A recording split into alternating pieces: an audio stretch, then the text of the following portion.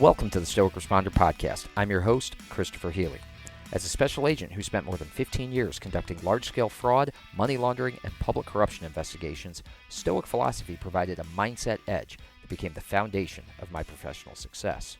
My mission today is to share those same ancient mindset lessons with you so that you can turn obstacles into opportunities and adversity into advantage. Time to muster up. Hey everybody, welcome back to the Stoic Responder Podcast. This is episode 79. Watch for the wolf. Before we get started, I want to remind you about two of my favorite organizations. Number one is the Overwatch Collective, a 501c3 that supports the law enforcement community and is giving fully funded therapy sessions and supporting mental health initiatives for our first responders, veterans, and their families. Motto over there is one more is one less, and I take that to heart because one more individual that we provide these services to is one less potential statistic. Please check them out over at the overwatchcollective.com. Make a donation, buy some of their sweet gear, get yourself a sweatshirt, a t-shirt, or a coffee mug today at the overwatchcollective.com. And if you do get yourself a coffee mug, I want you to fill that sucker up with a hot, steaming pour of Blue Badge Coffee Company coffee. The mission of Blue Badge Coffee Company is to provide customers with the absolute best, highest quality premium coffee that their money can buy. They take a portion of each and every sale and donate it to law enforcement agencies around our great nation to assist them in funding or maintaining peer support and wellness programs for their officers. These programs are, of course, crucial for the physical and well-being of hardworking officers in law enforcement agencies across the United States. Please check them out at bluebadgecoffee.com. Guys, I've said this before. I'll say it again. I do not accept a single dollar for advertising. I just want to spread the word about good organizations that are supporting the law enforcement community that I came out of. The Overwatch Collective and Blue Badge are two of those organizations. But if you represent an organization that is taking care of our law enforcement community and you want to get a shout out on the podcast so you can spread the word about what you're doing, please send me a message directly and I will make sure to get your company some primetime real estate on the podcast here so that we can support your mission as well. As I said, folks, the title of this episode is Watch for the Wolf. Let me start you out with a quote from Marcus Aurelius. There's nothing worse than a wolf befriending sheep. Avoid false friendship at all costs. If you're a good, straightforward, and well-meaning, it should show in your eyes and not escape notice.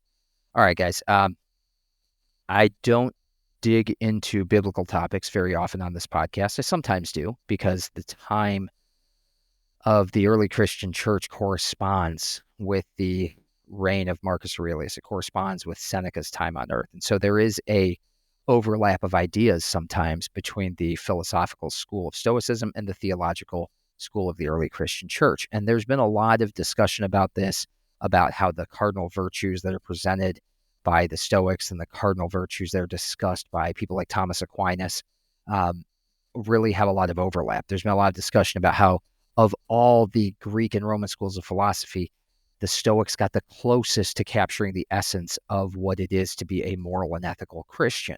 And so there's a lot of discussion about how as philosophies go, Stoicism is pretty darn close to the theological basis that the Abrahamic religions have. And so it's interesting to me. I've always been interested in the history of the church and the history of that particular time, those biblical times, and of Western civilization in general, and the philosophical and theological underpinnings of Western civilization. So sometimes those things all get married up. And I think this quote is one of those times when these things tend to get married up. Because if you have been to church at any point in your life, if you're familiar with the teachings of Christ, you're probably familiar with the Sermon on the Mount.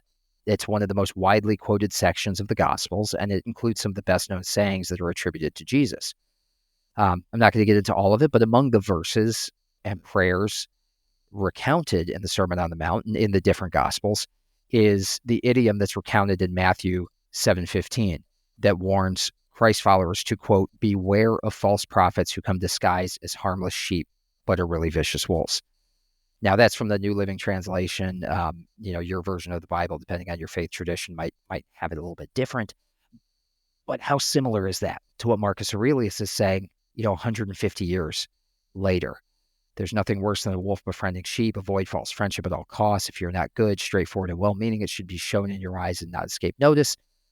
Compared to the gospel, beware of false prophets who come disguised as harmless sheep, but are really vicious wolves. Again, Same idea. Same idea.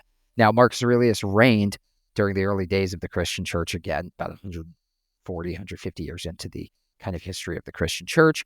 Historical record demonstrates that though he was not personally a Christian, he was not, he didn't take on that faith. The Roman Empire converted later, but he was tolerant of the faith. He was tolerant of all faiths within the Roman Empire. And in fact, he directed the governors under his rule not to persecute their Christian subjects. And many, many Roman governors disregarded those orders. Many Roman governors were actively persecuting the Christians at that time. But Marcus Aurelius personally was not in favor of that. He wasn't directing that. He wanted there to be a tolerance towards this emerging and growing faith within the empire. Now, the inclusion of this passage in his private journal and meditations indicates to a lot of historians and a lot of theologians that Marcus was not just familiar with Christianity, but he may have actually been familiar with Jesus's most famous sermon, the Sermon on the Mount, because as I just showed you, those quotes are very simple. There's nothing worse than a wolf befriending sheep. Beware of false prophets who come disguised as harmless sheep, but are really vicious wolves. We're talking about the same thing here. And whether it's by coincidence or intent that Jesus and Marcus Aurelius both caution against the danger of this deceptive and insincere relationships, it's something that should be taken to heart, because two of history's greatest minds, two of history's most quoted thinkers, two of history's most incredible philosophers or philosophers or theologians, right, are expressing the same thing. So we should stand up and take notice, right? The inclusion of the above passage again in his private journal suggests that it's possible that Marcus Aurelius was aware of Jesus and had been reading some of the things that came across his desk that were said by Jesus. I think that's fascinating. I think that's interesting. But again, we should strive, according to both of these people, we should strive to embody the qualities of a good friend. And we should prioritize authentic connections with individuals who exhibit that same amount of integrity and goodwill towards us, right? This is an incredible temptation.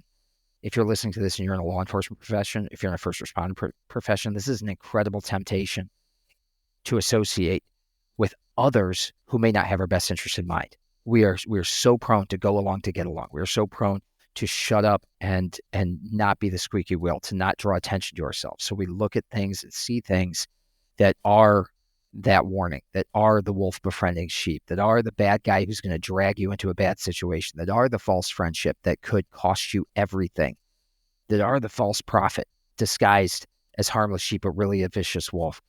Those people exist. I don't want to say they exist in a large degree in a law enforcement career, but they exist. And too many of us are willing to go along to get along and end up under their spell. And that's what's being cautioned about here.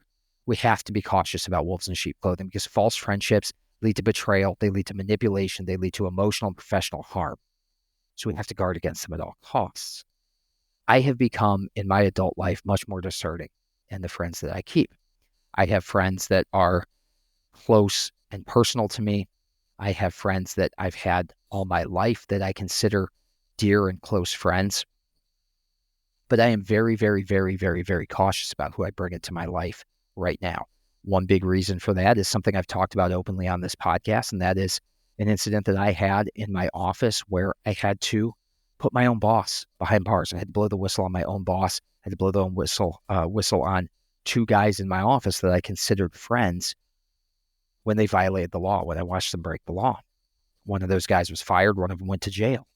These were guys that I considered close friends. These are guys that I had invited into my home, that I had, gone out with after work to get drinks or dinner with. These are guys that I raced. One of them I raced triathlon with. I spent a lot of time with. And when you have those sorts of relationships, those sorts of close relationships with people who turn out not to have your best interest in mind, it makes you more guarded, more cautious in the future. So if you're a young guy just starting out in this profession, some advice that I give everybody that I talk to, every law enforcement group that I talk to, is make room in your life for what is true. Do not isolate yourself in a silo of people who carry the same badge and authority as you. Do not put yourself in that echo chamber. Make room for yourself outside of that silo. Find friends that are genuine. Find relationships that are genuine. Find interests that are genuine and separate and apart from your career, separate and apart from what you do for a living, because that is going to help you take those blinders off and keep yourself in a situation where you are not going along to get along because this is all you have. You are creating a life outside of the career, which allows you to see the career with more clear eyes. It allows you to see the wolves who are wearing sheep's clothing. Just because somebody's wearing a badge, just because somebody's wearing the same uniform, then you does not mean that they have your best interest in mind. In fact, some of those people are going to cause you considerable emotional and professional harm if you don't recognize them for who and what they are. You've got to guard against them at all costs. And again, for those of you who are not in the law enforcement profession, I'm sure that you can take some of that, you can apply it to your career as well. That same advice is going to apply for you. Get outside of your bubble. Be very discerning about who you bring into your life, because the time that you spend with people, again, time is our most valuable resource. Who we spend it with is an incredibly important decision, because we can never get that resource back. All right. Leave you with a quote here and get you on your way. Am I being careful enough to watch out for the wolves?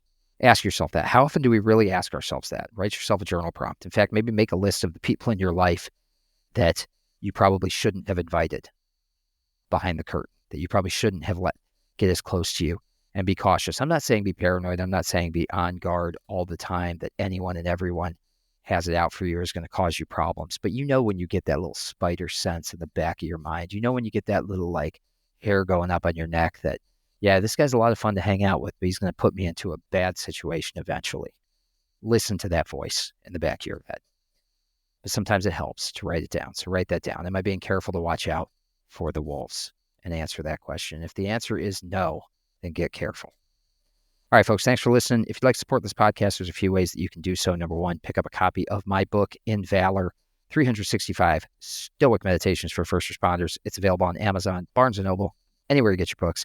It's available on Kindle and Nook for instant download, or you can get that paperback edition delivered via Prime. I believe as you're listening to this on October 9th, Amazon is having a sale, and you should be able to get my book at a discount. So go ahead and sign up on Prime, get it sent to you, and start doing the work today to practice this philosophy daily. You're going to get quotes, contextualization. They're directly relatable to your modern life that put this historical philosophy into a modern context. You're going to get some daily journal prompts and action items as well. They're going to help you integrate these lessons. Number two, head on over to the stoicresponder.substack.com. Sign up for the newsletter for free. When you do that, you're going to get all 4 episodes a week delivered to your email inbox, so you'll never miss one. On that page, you're also going to get the podcast, you're also going to get my weekly newsletters with Stoic leadership and personal development tips delivered to your inbox. So that's the only place you're going to get that. So a little bonus for free. And if you want to, you can sign up for a paid subscription over there. I don't charge anything for this service, but if you want to support the podcast, you're welcome to sign up for a paid subscription and support the podcast that way. So I appreciate it.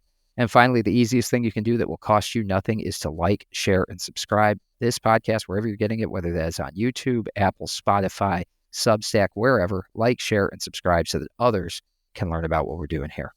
Thanks so much, folks. Until the next time I talk to you, you are out of roll. Thank you for listening. If you enjoyed this episode, please take a moment to subscribe, like, rate, and share this podcast so that we can spread the benefits of Stoicism to other first responders. It will only take you a few moments, but it can help us tremendously. Until next time, out of roll.